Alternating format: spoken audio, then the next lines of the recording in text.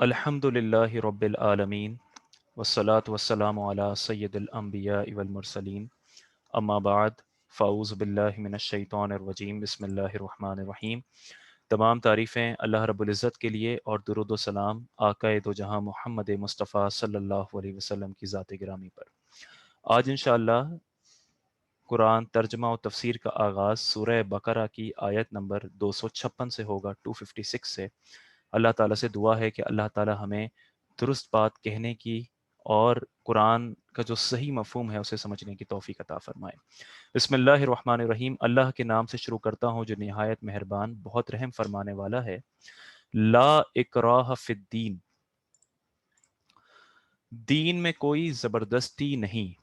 قد تبین الرشد من الغی، بے شک ہدایت کی راہ گمراہی سے خوب جدا ہو گئی۔ فمن یکفر بالطاغوت، تو جو شیطان کو نہ مانے،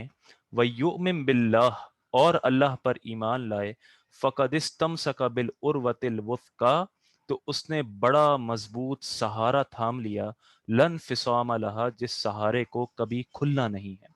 واللہ سمیع علیم، اور اللہ سننے والا اور بے حد جاننے والا ہے۔ اس سے پہلے کی آیت کریمہ میں آیت الکرسی تھی کہ جس کی تفسیر گزری، اور اس آیت میں خلاصہ یہ حاصل ہوتا ہے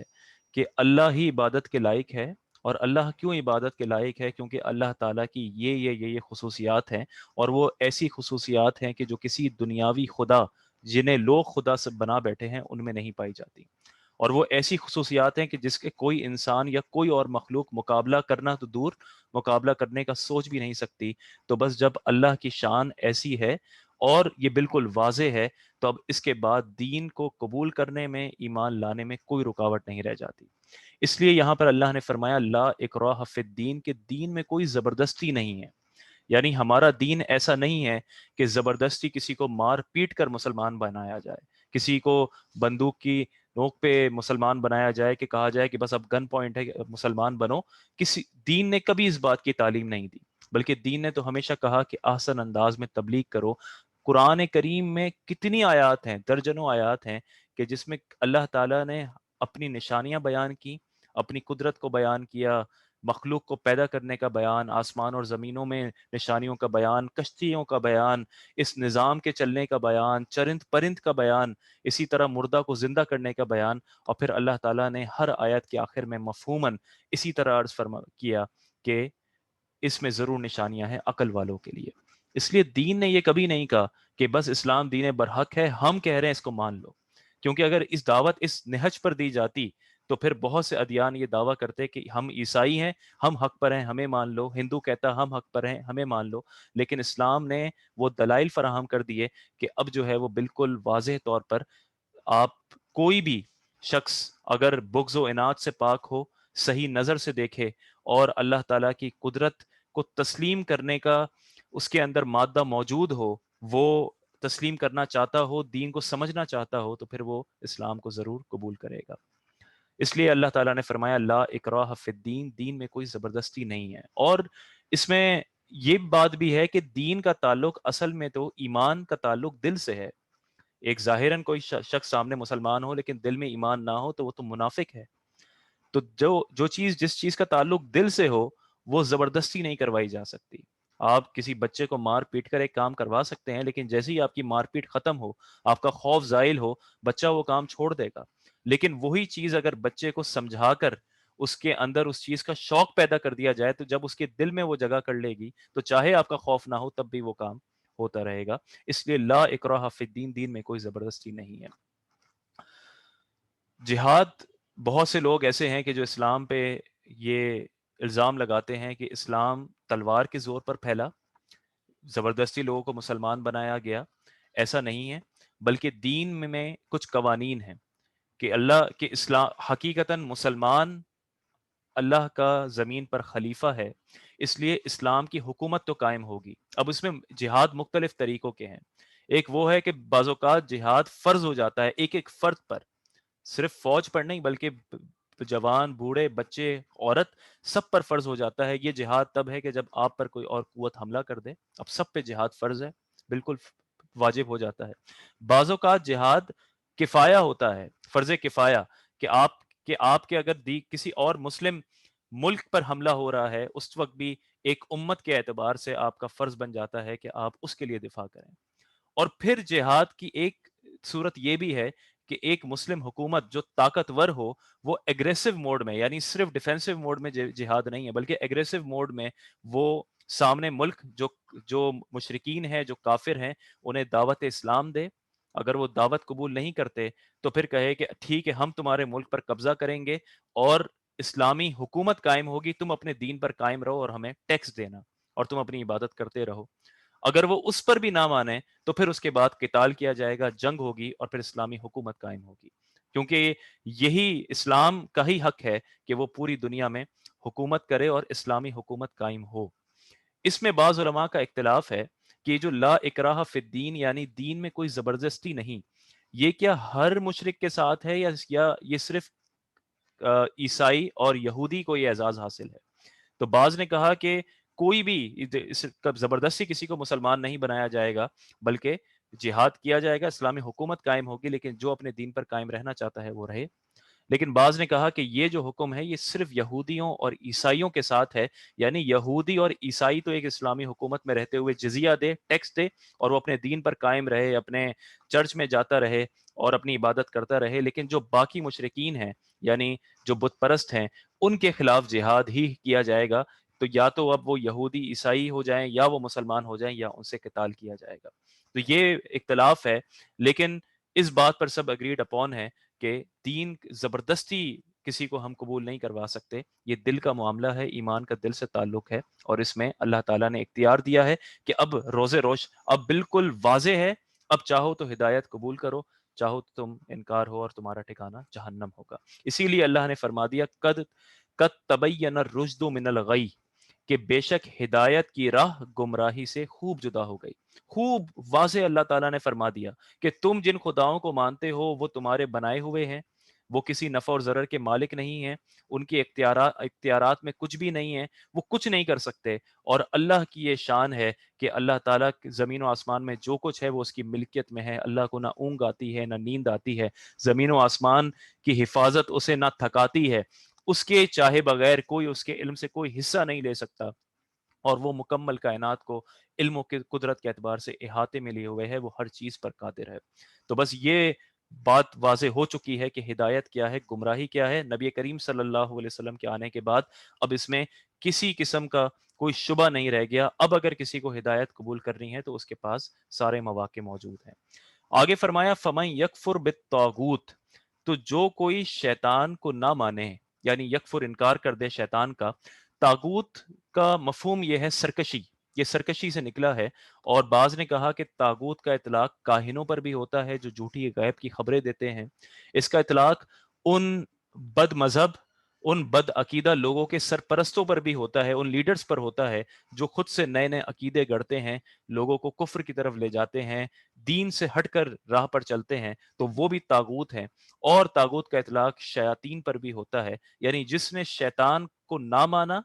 شیطان کو نہ ماننے سے مراد یہ کہ اب انکار کر دیا شیطان کا، وَيُؤْمِن بِاللَّهِ، اور اللہ پر ایمان لے آیا۔ تو علماء نے فرمایا کہ اس کا مطلب یہ ہوا کہ اگر کوئی شخص مسلمان ہونا چاہتا ہے تو سب سے پہلے ضروری ہے، صرف کلمہ پڑھنا کافی نہیں، بلکہ سب سے پہلے وہ اس بات کا اظہار کرے، اقرار کرے کہ میں جس دین پر قائم تھا، میرے جو عقائد تھے وہ برے تھے، وہ غلط تھے، اور ان کی کوئی حقیقت نہیں، میں اب انہیں تسلیم نہیں کرتا، اور پھر کلمہ طیبہ پڑھے کہ لا الہ الا اللہ محمد رسول اللہ، کہ اب میں اللہ پر کامل ایمان لایا۔ اور وہ اسی آیت کریمہ سے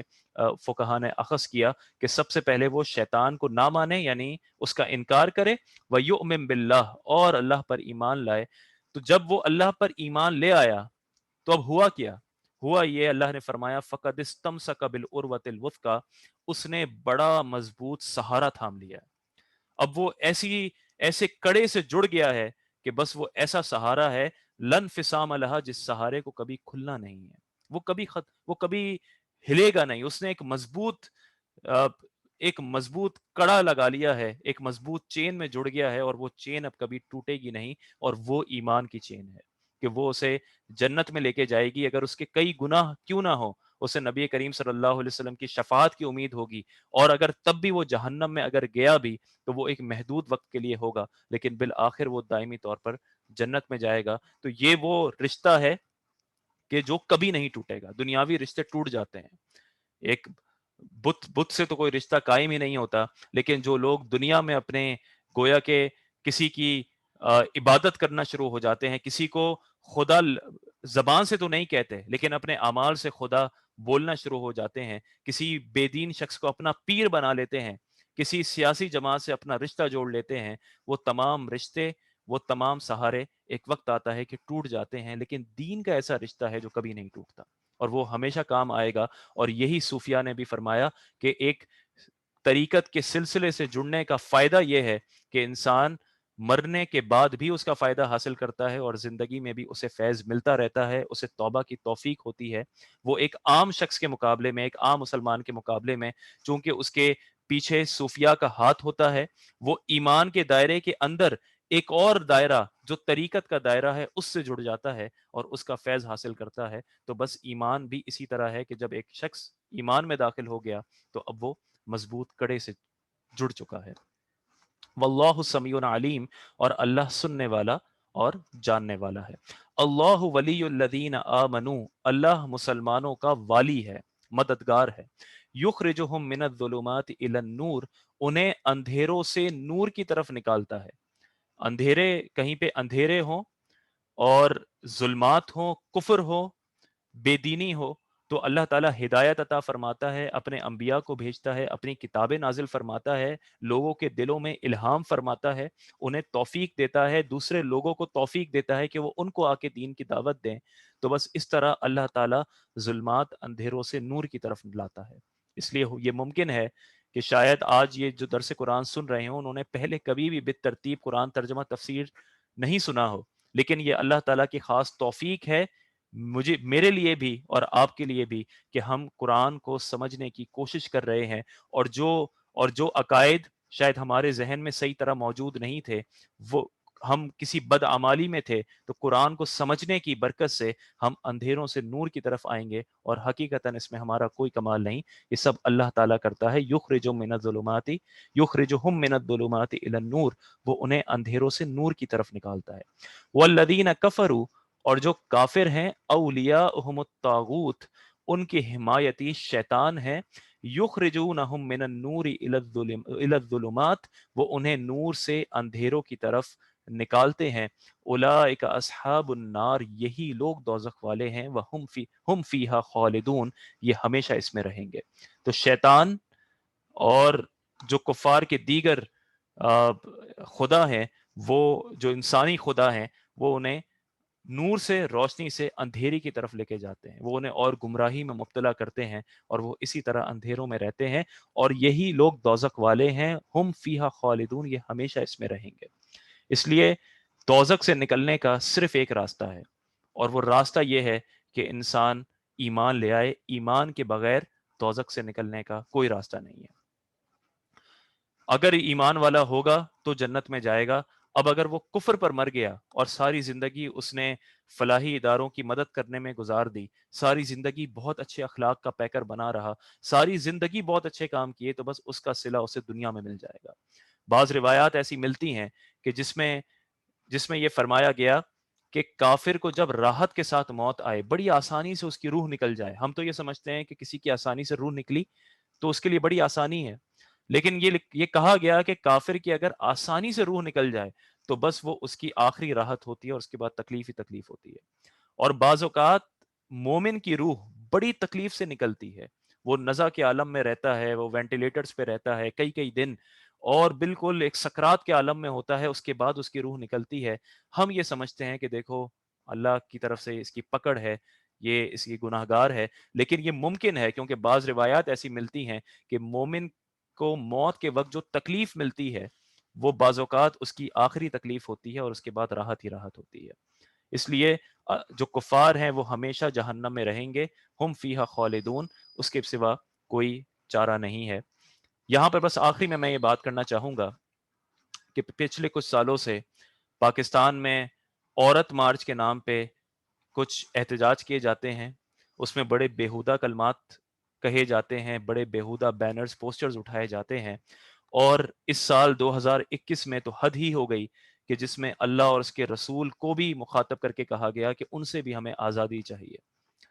تو یہ ایک بڑا عجیب و غریب معاملہ ہے، اور اس میں یہ دیکھا جاتا ہے کہ اس طرح کے لوگ اپنی سوشل میڈیا پہ اپنی پوسٹ میں اور جو بینرز بناتے ہیں اس میں اس آیت کو کوٹ کرتے ہیں، لا اکراہ فی الدین، کہ دین میں کوئی زبردستی نہیں ہے۔ اس آیت کا تعلق دین قبول کرنے کے ساتھ ہے، نہ کہ دین چھوڑنے کے ساتھ، اور نہ کہ دین میں اندر رہنے کے ساتھ۔ آپ کسی عیسائی اور یہودی کو زبردستی مسلمان نہیں بنائیں گے۔ اگر آپ نے زبردستی اسے کر بھی لیا اور وہ دل سے نہیں ہوا تو پھر وہ منافق کہلائے گا، وہ حقیقتاً ایمان والا نہیں ہے۔ لیکن ایک مرتبہ آپ مسلمان ہو گئے، اس کے بعد آپ کو دین چھوڑنے کی بھی اجازت نہیں۔ اگر آپ مسلمان ہونے کے بعد کفر اختیار کرتے ہیں تو اسے شرعی طور پر مرتد کہا جاتا ہے، اور دین کا یہ خاصہ ہے اسلام کا کہ مرتد جو ہے اسے دعوت دی جائے گی کہ تم دین قبول کرو، اس کے جو شبہات ہیں انہیں کلیئر کیا جائے گا، لیکن اگر وہ اس پر مصر رہتا ہے تو اسے قتل کیا جائے گا۔ یہی اسلامی سزا ہے۔ اسی طرح لا اکراہ فی الدین کا مطلب یہ نہیں کہ دین میں کوئی جبر نہیں، اس کا مطلب یہ نہیں کہ آپ ایک اسلامی حکومت کے تحت اپنے معاشرے میں آپ چاہیں تو آپ ننگے گھومے پھریں، چاہیں آپ جو کچھ کریں، آپ شراب پئیں، آپ زنا کریں، لیکن آپ پر کوئی زبردستی نہ ہو۔ ایک اسلامی نظام کے تحت فتنہ و فساد کو ہمیشہ ختم کیا جائے گا، یہی اسلامی حکمران کا کام ہے۔ ایک ایک اسلامی معاشرہ، ایک اسلامی نظام قائم کیا جائے گا کہ جس کے تحت دین کے احکام کی پابندی ہو۔ اور بڑی حیرت ہوتی ہے کہ آپ دین میں کسی بھی انسٹیٹیوشن کی بات کریں، آپ اسکول میں داخلہ لیتے ہیں اور اسکول کی ایک اپنی پالیسی ہوتی ہے، یونیفارم اس طرح کا ہوگا، آپ کو یہ بیگ لانے کی اجازت ہے، یہ نہیں ہے، آپ کے جوتے اس رنگ کے ہوں گے، جوتے اس طرح کے پہننے کی اجازت ہے، اس طرح کی نہیں ہے، اور ڈھیروں پالیسیز ہوتی ہیں۔ آپ ایک کلب کے ممبر بنتے ہیں، آپ سے کہا جاتا ہے کہ کلب میں آپ نے یہ فارمل پہن سکتے ہیں، یہ انفارمل میں نہیں آ سکتے، آپ نے سینڈلز یا شوز میں آنا ہے، آپ سلیپرز میں نہیں آ سکتے۔ آپ کسی آفس میں جاب کرتے ہیں، وہاں کا ایک اپنا پروٹوکول ہے کہ آپ نے کارپوریٹ انوائرمنٹ میں اسی طرح کی ڈریسنگ رکھنی ہے، آپ جمعے کے علاوہ شلوار قمیض پہن کر نہیں آ سکتے پاکستان کے تناظر میں، آپ اپنے شارٹس میں اور کسی بھی ٹی شرٹ پہن کر نہیں آ سکتے۔ ہر جگہ کا ایک اپنا پروٹوکول ہے۔ اسی طرح آپ باہر کے ممالک میں چلے جائیں، لیکن یہ جو طبقہ ہے یہ دنیاوی پروٹوکولز کی کبھی نفی نہیں کرتا۔ آپ نے کبھی دیکھا ہے کسی اسکول کے باہر احتجاج ہو رہا ہو اور لوگ کھڑے ہوں کہ ہمارا بچہ جو مرضی پہنے، ہمیں آزادی ہونی چاہیے؟ کبھی آپ نے دیکھا ہے آفس میں، کارپوریٹ آفیسز کے باہر احتجاج ہو کہ ہم نوکری بھی کریں گے اور ہم جو مرضی پہنے، ہم دفتر میں جو کچھ کریں ہماری مرضی ہے؟ حالانکہ احتجاج اس میں بھی ہونا چاہیے کیونکہ وہ بھی آزادی رائے کے خلاف ہے۔ اسی طرح باہر ممالک میں اسٹرکٹ قوانین ہیں۔ کبھی آپ نے دیکھا ہے کہ کوئی کھڑا ہو کہ میں جیسے چاہے گاڑی چلاؤں، میں سگنل توڑوں، مجھے کوئی روکنے والا نہ ہو، میں جہاں چاہوں کچرا پھینکوں، کسی طرح بھی اپنے پلاٹ پہ کنسٹرکشن کروں، مجھے کوئی بتانے والا نہ ہو کہ میں نے کتنا ایریا چھوڑنا ہے، کتنے ایریا پہ کنسٹرکشن کرنی ہے؟ اس کا مطلب یہ ہوا کہ جب دنیا کے قوانین کو ماننے پر ہم آمادہ ہو جاتے ہیں تو یہ کیا شیطانیت ہے، یہ کیا نفسانیت ہے کہ دین کے وہ قوانین کہ جو اسلامی نظام کو مستحکم رکھنے کے لیے بنائے گئے ہیں ان کے خلاف احتجاج کیا جاتا ہے۔ اس لیے یہ جو صرف عورت مارچ کے حوالے سے کہہ رہا ہوں کہ یہ جو قانون ہے دین کا کہ ایک عورت کو کم از کم حجاب کر کے ہی گھر سے باہر نکلنا ہے، نہ محرموں کے سامنے گھر سے باہر نکلنا ہے، اور حجاب میں ہی ہو، چہرے کے پردے میں علماء کے درمیان اختلاف ہے، لیکن کم از کم پوری امت اس بات پر تو اگریڈ ہے کہ عورت نامحرم کے سامنے یا جب گھر سے باہر نکلتی ہے تو چہرہ اور اپنے ہاتھ، اس کے علاوہ اپنے جسم کو ظاہر نہ کرے۔ تو یہ ایک اسلامی قانون ہے، یہ کسی مولوی کا بنایا ہوا نہیں ہے۔ اگر آپ مطالعہ کرنا چاہتے ہیں تو آپ شوق سے کریں، قرآن و حدیث کا مطالعہ کریں، یہ بات قرآن و حدیث سے واضح طور پر ثابت ہے، یہ اللہ اور اس کے رسول کا حکم ہے اور ہمیں اس کی پابندی کرنی ہے۔ تو اللہ تعالی ہمیں نیک ہدایت عطا فرمائے اور شریعت کے احکام کے مطابق چلنے کی توفیق عطا فرمائے۔ السلام علیکم ورحمۃ اللہ وبرکاتہ۔